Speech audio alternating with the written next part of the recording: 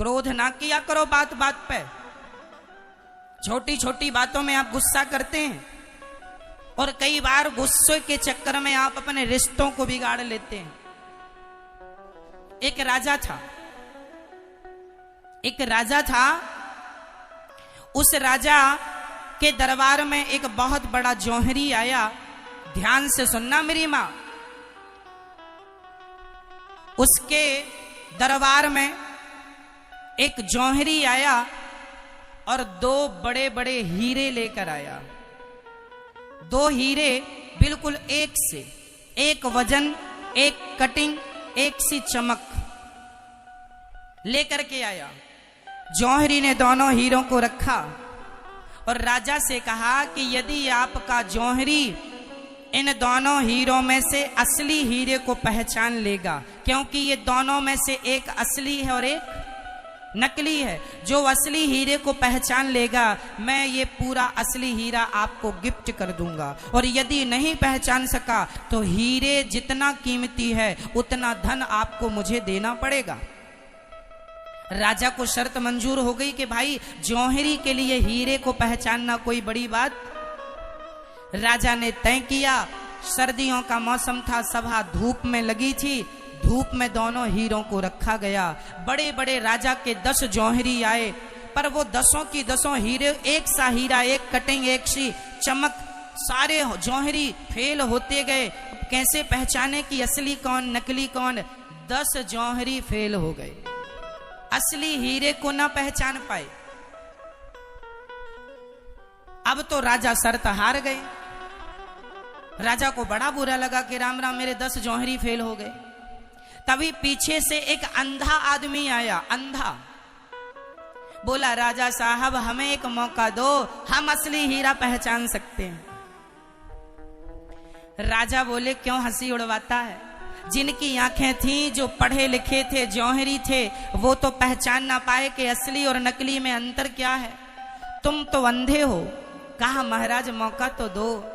उस अंधे ने दोनों हीरों को उठाया और उठाकर बड़ी आसानी से बोला, महाराज ये असली है, ये नकली है। सब दंग रह गए। जिसका हीरा था वो तो जानता था, अब तो चक्कर में पड़ गया। भाई आप अंधे हो, आपको कैसे पता कि असली हीरा कौन है, नकली हीरा कौन है? दोनों एक से दिखते हैं। उस अंधे ने कहा, ये दोनों हीरे धूप में रखे थे और धूप में जो गर्म हो गया वो पत्थर था, नकली था, और जो धूप में भी ठंडा बना रहा वही असली हीरा है। जो धूप में ठंडा रहा वो क्या है? जो धूप में ठंडा रहा वो क्या है? बस मेरी माँ, जो बात बात में गर्म हो जाए ये सब पत्थर हैं, और जो विषम परिस्थितियों में भी अपने दिमाग को ठंडा रखते हैं वही हीरा है, वही असली हीरे हैं। अब आप बताओ कि आप में से कितने हीरे हैं और कितने पत्थर हैं? अपना मूल्यांकन खुद कीजिए। बताइए, बात बात में गुस्सा किसे आता है? जिसे बात बात में गुस्सा आता है वो आदमी, वो पत्थर है, 2 कौड़ी का आदमी है। बात बात में गुस्सा क्रोध करने वाले वो अपना मूल्यांकन करें।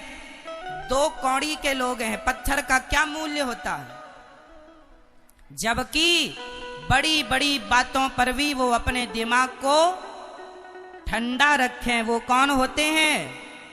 वो असली हीरे होते हैं। तो गोस्वामी जी कहते हैं, काम क्रोध, काम क्रोध, ये दोनों कहां ले जाने वाले रास्ते हैं? जोर से, जोर से। नाथ नरक के पंथ, नरक के दरवाजे हैं। तो काम से बचिएगा, पराई स्त्री पराये पुरुष से बचिएगा, काम क्रोध से बचिएगा। बात बात में गुस्सा नहीं। जहां क्रोध करने के, हम ये नहीं कहते कि गुस्सा नहीं करना चाहिए। अच्छा बताइए, गुस्सा करना सही है कि गलत है? बोलो, गुस्सा करना सही है कि गलत है? बोलो हाँ या ना। गुस्सा करना सही भी है और गलत भी है। कहां गुस्सा करना चाहिए और कहां नहीं, इसकी कंडीशन है। स्थिति है। कहां करें? अब मैं 2 उदाहरण देता हूं, उदाहरण शास्त्रों के हैं, सुनिएगा। पहला, भरी सभा में द्रौपदी की साड़ी खींचती रही, क्या भीष्म पितामह को गुस्सा आया? बोलो हाँ या ना? जबकि गुस्सा आना चाहिए था। बोलो हाँ, गुस्सा आना चाहिए था ना। भरी सभा में द्रौपदी की साड़ी खींच रही थी, पितामह को गुस्सा आना चाहिए था, परंतु गुस्सा नहीं आया तो बाणों की सैया मिली। और दूसरा, जटायु, जब रावण सीता मां का हरण किया, जटायु दौड़ पड़ा, रे रे दुष्ट ठाण के न होई, खड़ा हो जा, आज मेरी बेटी को हाथ लगाया तेरे हाथ काट दूंगा। जटायु पक्षी था, भिड़ गया। रामचरितमानस में लिखा है, रामचरितमानस में जटायु ने पंखों से ऐसा प्रहार किया कि कुछ क्षणों के लिए रावण मूर्छित होकर जमीन में गिर पड़ा था। फिर होश आया रावण को, तो रावण ने पंख काट दिए कृपाण से, जटायु के पंख। जटायु नीचे गिर गए। जटायु से किसी ने कहा, क्यों, क्या तुम्हें पता नहीं था कि रावण से पंगा लोगे तो परिणाम यही होगा? जटायु ने कहा, खूब जानता था कि जटायु जानता था कि रावण से पंगा लूंगा तो परिणाम यही होगा, तो क्यों चले गए मरने?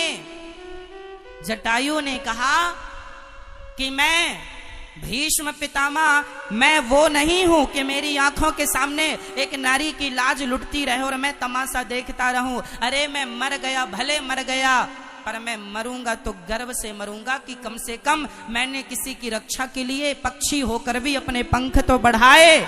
हाथ पर हाथ रख के बैठकर तमाशा देखने से अच्छा है धर्म के लिए मर जाओ, धर्म के लिए मर जाओ। जटायु ने कहा, तुम कैसे जाओगे राम के पास?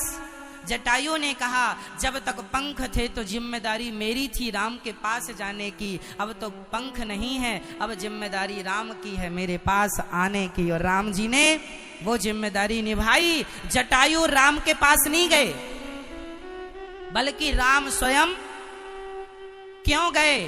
क्योंकि जटायु ने गुस्सा किया था, क्रोध किया था। क्रोध करने से भी भगवान मिल जाएंगे, परंतु क्रोध सही जगह पर होना चाहिए। बोलो हाँ या ना? क्रोध करने से भगवान मिल जाएंगे। किसे मिले? कोई आपसे सवाल करे कि क्रोध करने से भी भगवान मिलते हैं? हाँ, जटायु को मिले हैं, परंतु क्रोध सही जगह पर, धर्म की रक्षा के लिए क्रोध हो, समाज की रक्षा के लिए क्रोध हो, तो क्रोध करने से भगवान, और क्रोध ना करने से बाणों की सैया मिली है पितामह भीष्म को।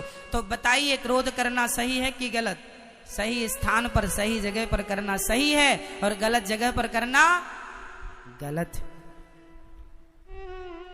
आप अपनी मां पर, अपने पिता पर, अपनी पत्नी पर, अपने बच्चों पर गुस्सा करेंगे, ये सारा गुस्सा गलत है। यदि जरूरत है तो उचित गुस्सा कीजिए, बात बात पे नहीं कि गुस्सा नाक पे रखा रहे। इसलिए हीरा बनिए, पत्थर नहीं। क्या बनना है? जोर से